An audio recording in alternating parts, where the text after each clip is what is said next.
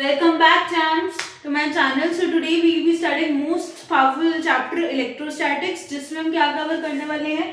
Charges, Coulomb's law, electric field, electric flux and Gauss law.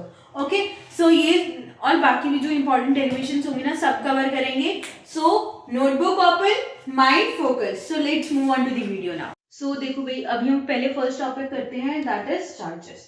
तो basically charges क्या होता है? चार्जिंग ऐसी प्रॉपर्टी होती है जिससे कोई बॉडी अट्रैक्ट या फिर रिपेल होती है. ठीक है, तो अब देखो चार्ज क्या है? एक फंडामेंटल प्रॉपर्टी है मैटर की, because of which we it experience a force in an electric field. मतलब देखो कैसे हम बोल सकते हैं कि फोर्स एक्सपीरियंस करते हैं, एक प्रॉपर्टी है मैटर की. अब देखो क्या करते हैं हम, पीसेस आपने ये वाला जब छोटे हो गए ना, ये वाला एक्सपेरिमेंट्स आपने किया होगा, पेज को फाड़ा, अपने उस पर रब किया, चार्ज प्रोड्यूस हुआ. ठीक है, अब जैसे हम उसमें करेंगे ना, उसको पेपर के पास लेके आएंगे, वो अट्रैक्ट कर लेंगे. ठीक है, तो ये एक ऐसी प्रॉपर्टी है मैटर की जिससे कोई भी बॉडी फोर्स एक्सपीरियंस करती है. ठीक है, अब वो रेस्ट पे थी, वो बिना अट्रैक्शन के तो ऊपर आ नहीं सकते थे पेजेस, तो वो किस वजह से आए? फोर्स की वजह से आए किसी की. और अगर देखो मेरा पेज यहाँ रखा है, मैंने उसको रब करके ना यहाँ रख दिया, क्या वो पेजेस अट्रैक्ट करेंगे? तो किसी भी इलेक्ट्रिक फील्ड में, मतलब जिस फील्ड तक जो चार्ज दूसरी बॉडी को अट्रैक्ट कर सकता है, वो क्या होती है? आपकी इलेक्ट्रिक फील्ड होती है. ठीक है, अब देखते हैं चार्ज कितने टाइप के होते हैं. चार्ज होता है एक पॉजिटिव और नेगेटिव. अब आपकी बुक में ना मोस्ट फेमस एग्जांपल्स कौन कौन से दे रखे हैं? Glass rod and rubbed with silk. तो जैसे हम ग्लास रोड को किससे रब करते हैं? सिल्क से. तो क्या प्रोड्यूस होता है? जो ग्लास रोड हो जाती है वो पॉजिटिव हो जाती है, और जो सिल्क है वो नेगेटिव हो जाता है. ठीक है, नेगेटिव देखते हैं हम. एक नेगेटिव टाइप का चार्ज होता है, उसको माइनस से रिप्रेजेंट करते हैं, और पॉजिटिव वाले को प्लस साइन से. ठीक है, नेगेटिव वाले में क्या होता है? प्लस रोड रब, जो प्लास्टिक रोड सॉरी जो होती है प्लास्टिक रोड आपकी रब की जाती है फर से. ठीक है, उसको रब किया आपने, तो जो प्लास्टिक रोड है वो कैसी हो गई? नेगेटिव, और जो फर है वो पॉजिटिव हो गया. ठीक है, तो ये चीज समझ आई. इतनी हमने क्या पढ़ा अब तक कि चार्ज क्या होती है? हमारी फंडामेंटल प्रॉपर्टी होती है मैटर की, of which it experience a force electric field में. ठीक है, पॉजिटिव नेगेटिव पढ़ लिया. अच्छा, ये चार्ज प्रोड्यूस कैसे होता है? तीन मेथड्स होते हैं. एक होता है आपका फ्रिक्शन. फ्रिक्शन कैसा होता है? रब करने से, किसी भी दो सरफेस को रब करो, चार्ज प्रोड्यूस होगा. ठीक है, दूसरा कंडक्शन. कंडक्शन में क्या होता है? किसी बॉडी, मतलब अनचार्ज बॉडी है, उसको क्या कर दो? चार्ज बॉडी से टच करवा दो, कंडक्शन हो जाएगी. इंडक्शन क्या होती है? अब ये अलग ही केस होता है. जो आपकी चार्ज बॉडी है उसमें क्या करो कि जो नॉन चार्ज बॉडी है उसके डायरेक्ट कांटेक्ट में ले आओ. डायरेक्ट कांटेक्ट नहीं, मतलब कि उसके पास रख दो, नियर टू इट, तो उसमें भी क्या हो जाएगा? चार्ज प्रोड्यूस हो जाएगा. इसके एग्जांपल क्या है? अर्थिंग है. ठीक है, अब आते हैं प्रॉपर्टीज पे. Quantization of charge. Quantization of charge में क्या होता है कि जो चार्ज है ना, इंटीग्रल मल्टीपल है. मतलब कि चार्ज कैसे एग्जिस्ट करेगा? मतलब कि एक एग्जिस्ट कर लेगा, दो एग्जिस्ट कर लेंगे, तीन चार ऐसे एग्जिस्ट करेंगे. अब आप बोल दो कि मुझे आधा चार्ज दे दो. अब आप दुकान पे जाके ये बोलोगे, इतनी छोटी सी चीज है, वो भी आप आधी मांगोगे. चावल का एक दाना चाहिए, एक दाना वो आपको दे देगा. चलो, अब आप उसको ये जाके बोल दो मेरे को आधा चावल का दाना दे दे, वो थप्पड़ और मारेगा तुम्हारी दुकान पे. ठीक है, तो वो कैसे एग्जिस्ट करना चाहिए? इंटीग्रल मल्टीपल के फॉर्म में. ठीक है, तो देखो, और यहाँ पे हमारा जो क्वांटाइजेशन ऑफ चार्ज का फॉर्मूला क्या है? Q is equals to N. N यहाँ पे क्या है? होल नंबर से 1 से इंफिनिटी तक एग्जिस्ट करते हैं वो. ठीक है, लेकिन कभी भी 2/3 4/5 ऐसे एग्जिस्ट नहीं करेंगे. ठीक है, अब कंजर्वेशन. कंजर्वेशन क्या है? जो चार्ज है ना वो आपकी कंजर्व्ड रहते हैं, मतलब कि वो ट्रांसफर हो सकते हैं, ना ही वो क्रिएट किए जा सकते हैं, ना ही डिस्ट्रॉय. तो देखो जैसे अब मेरे पास यहाँ पे क्या है? एक बॉडी है जिसमें एक 3 चार्ज है, 3e है, एक 5e है. तो ये क्या होंगे? आपस में ट्रांसफर हो जाएंगे, मतलब कि एक जो है ना वो 4e बन जाएगा, और दूसरा आपका कैसा बन जाएगा? 4e. दोनों 4e के बन जाएंगे, या फिर एक आपका 6e, एक 3e. तो इस टाइप से बन सकता है, मतलब कि जो चार्ज है वो ट्रांसफर हो सकता है, लेकिन कभी भी बन नहीं सकता नया, और ना ही डिस्ट्रॉय हो सकता है. तो 2 पॉइंट ये वाले क्लियर हुए. अब है एडिडिटी ऑफ चार्ज. अब ना मेरे पास एक बॉडी है, जैसे यही है 3e प्लस 5e. तो एडिडिटी क्या है कि हम उसको ऐड ऑन कर सकते हैं. 3e प्लस 5e कितने चार्जेस हो गए? 8e. अब ये मत करना कि एक नेगेटिव है और एक पॉजिटिव है, तो आप उसका साइन चेंज कर दो, ऐड ही तो करना है 80, नहीं ये बेवकूफी मत करना, नेगेटिव साइन लगा देना, उनके साइन के साथ ऐड होते हैं वो, ठीक है। ऐसे 3e + 5e क्या हो जाएगा यहाँ पे 2e, ठीक है। अब इंटीजर्स तो पढ़ रखे होंगे 6th 7th में, वही करना, ऐड तो कर लोगे इंटीजर्स प्लस माइनस को। चलो अब इनवेरिएंस देखते हैं। अब इनवेरिएंस में क्या होता है कि जो आपका चार्ज है वो स्पीड के साथ नहीं चेंज होता, ठीक है, और मास जो है वो स्पीड के साथ चेंज हो जाता है। अब देखो हमारे पास एक फॉर्मूला है m = m0 बाय में √1 - v² बाय में c²। यहाँ पे m क्या है, mass of body in motion, m0 क्या है, mass of body at rest, v क्या है हमारी speed of body in motion, and c क्या है स्पीड ऑफ लाइट। तो वैसे होता नहीं है, अगर v और c को मैं बराबर कर दूं तो m किसके इक्वल हो जाएगा, m0 बाय में √1 - 1 किसके इक्वल हो गया, m0 बाय में √0, तो ये किसको टेंड कर जाएगा, इंफिनिटी को, ठीक है। तो ऐसे चार्ज चेंज नहीं होता, वो इंफिनिटी को टेंड नहीं करेगा स्पीड के साथ, ठीक है। तो अब नेक्स्ट वाला करते हैं। तो देखो भाई अब नेक्स्ट हमारा टॉपिक क्या है, कूलम्ब्स लॉ। तो कूलम्ब्स लॉ क्या कहते हैं, force of interaction between two charges, मतलब जो फोर्स ऑफ इंटरैक्शन है ना टू चार्जेस के बीच में, वो किसके डायरेक्टली प्रोपोर्शनल होगा, प्रोडक्ट ऑफ चार्जेस, मतलब जो चार्जेस का प्रोडक्ट है ना उसके इक्वल होगा, ठीक है। और इनवर्सली किसके प्रोपोर्शनल होगा, डिस्टेंस के, मतलब जितना फोर्स बढ़ेगा, अगर आपका फोर्स बढ़ रहा है तो डिस्टेंस कम होगा, ठीक है, और अगर आपकी डिस्टेंस बढ़ रही है तो फोर्स कम होगा, ठीक है।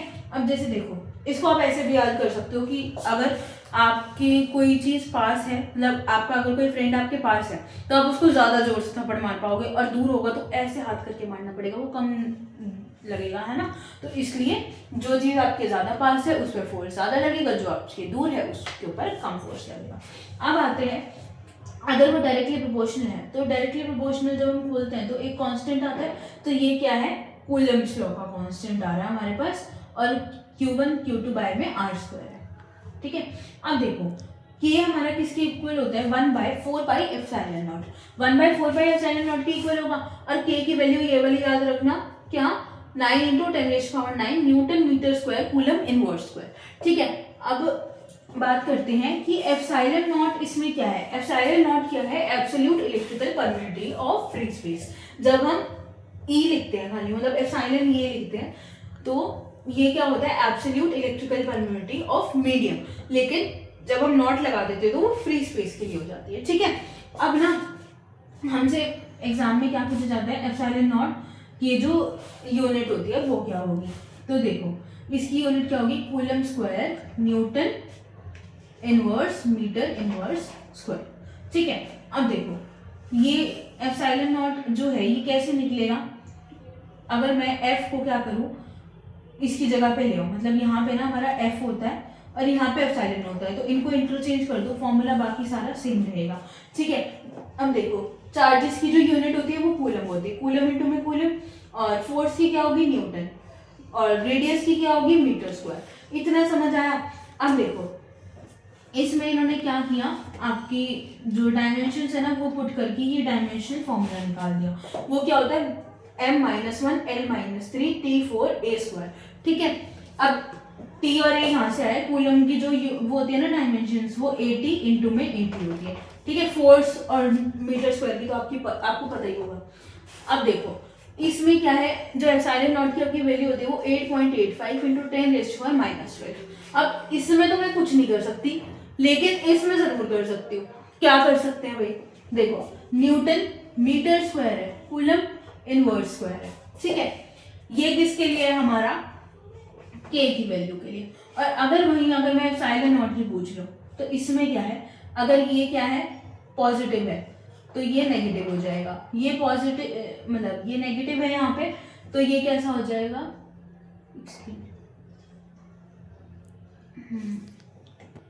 यहाँ पे ये कैसा होगा k की वैल्यू में, अच्छा हाँ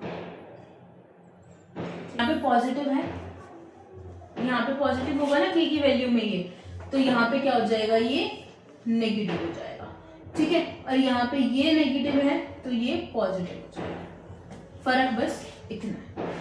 आया समझ? इजी भी आई है। अब देखो, अब है हमारा वेक्टर फॉर्म। वेक्टर फॉर्म क्या कहती है कि पहले तो ये हमारा क्या है, एक्स वाई जेड प्लेन। अब एक्स वाई प्लेन में हमने एक चार्ज लिया Q1, एक लिया Q2, ठीक है। अब जो इससे डिस्टेंस है ना, वेक्टर फॉर्म हम क्यों निकालते हैं, जब हमें डायरेक्शन के साथ बताना, ठीक है। तो अब देखो, O से डिस्टेंस मतलब कि ओरिजिन से Q1 का डिस्टेंस R1 है, Q2 का डिस्टेंस R2 है। अब मेरा जो चार्ज है ना वो Q1 से Q2 जा रहा है तो R12। अगर मैं ऐसे बना देती तो मेरा जो डिस्टेंस होता वो, जो पोजीशन वेक्टर होता वो R21 वेक्टर होता, ठीक है।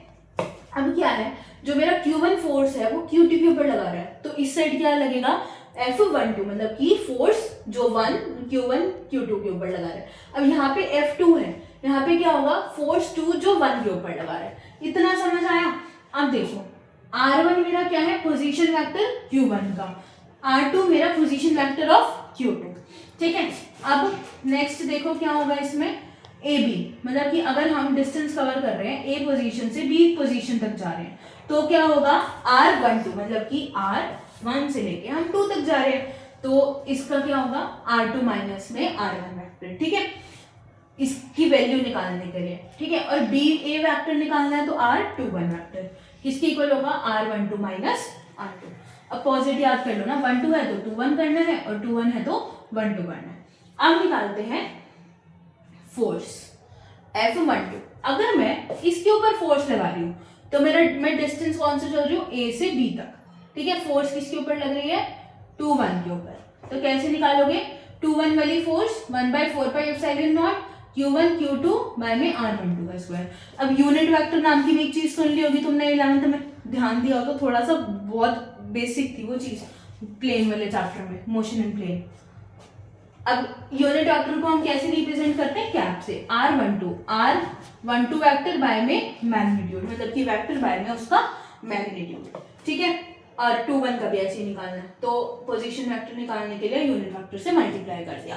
अब इसी तरीके से R12 निकालना है मुझे तो 1/4πε0 होगा Q1 Q2 बाय में R21 का स्क्वायर और इनटू में 21 कैप, ठीक है। अब देखो ये हमने क्या किया, अगर मेरा जो इन दोनों का प्रोडक्ट है Q1 और Q2 का वो पॉजिटिव आ रहा है तो उस टाइम पे चार्जेस मेरे कैसे होंगे, लाइक चार्जेस, मतलब कि दोनों सेम है, ठीक है। जब हम प्लस प्लस, देखो अब आपने इंटीजर्स पढ़ रखे होंगे ना, तो उसमें क्या होता है, पॉजिटिव पॉजिटिव कर रहे हो तो पॉजिटिव आएगा, नेगेटिव इनटू में नेगेटिव कर रहे हो तो भी पॉजिटिव आता है ना। तो अगर देखो दोनों में से कोई भी अगर प्लस माइनस कर रहे हो या माइनस प्लस, तो मेरा जो प्रोडक्ट का आंसर है वो नेगेटिव नेगेटिव ही आएगा। तो ये क्या होंगे, अनलाइक चार्जेस, मतलब कि एक पॉजिटिव होगा और एक नेगेटिव होगा। आगे टॉपिक है हम कौन से करेंगे, मैंने एक इंपॉर्टेंट टॉपिक्स की लिस्ट बना रखी है, वही वाले टॉपिक्स करवाऊंगी, इससे ज़्यादा मैं नहीं करवा पा रही क्योंकि बहुत ज़्यादा हो जाएगा, इतने टाइम में कवर नहीं हो पाएंगे ये सारे टॉपिक्स।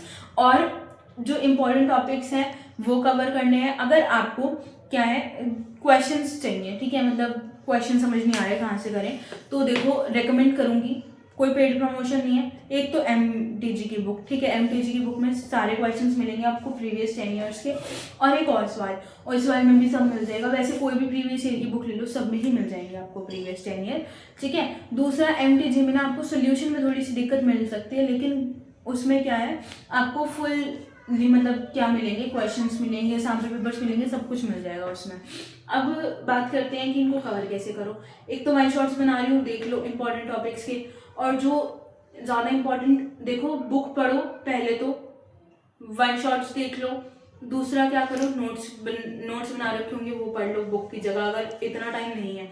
और ज़्यादा से ज़्यादा इस टाइम पे क्या करो, PYQs प्रैक्टिस करो, ठीक है, जितने PYQs करोगे उतना अच्छा है।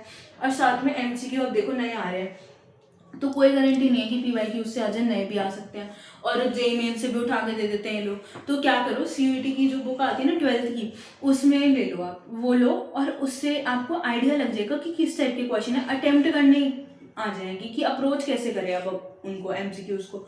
और लास्टली मैं क्या कहूँगी कि जितना भी आप कर रहे हो ना उतना अच्छे से करो, और प्री बोर्ड्स के चक्कर में अपने बोर्ड्स की प्रिपरेशन को मत निगलेक्ट करो। प्री बोर्ड्स भी इसीलिए लिए जा रहे हैं ताकि तुम अपने बोर्ड्स के लिए प्रिपेयर कर पाओ। जितना आप कर पा रहे हो उतना ही करो, उससे ज़्यादा सिलेबस कवर करने की कोशिश मत करो, टाइम वेस्ट मत करो अपना, ठीक है। तो आज अभी के लिए इतना ही। नेक्स्ट टॉपिक शुरू करेंगे गॉस लॉ और कौन सा, इलेक्ट्रिक फ्लक्स, ठीक है। बाय।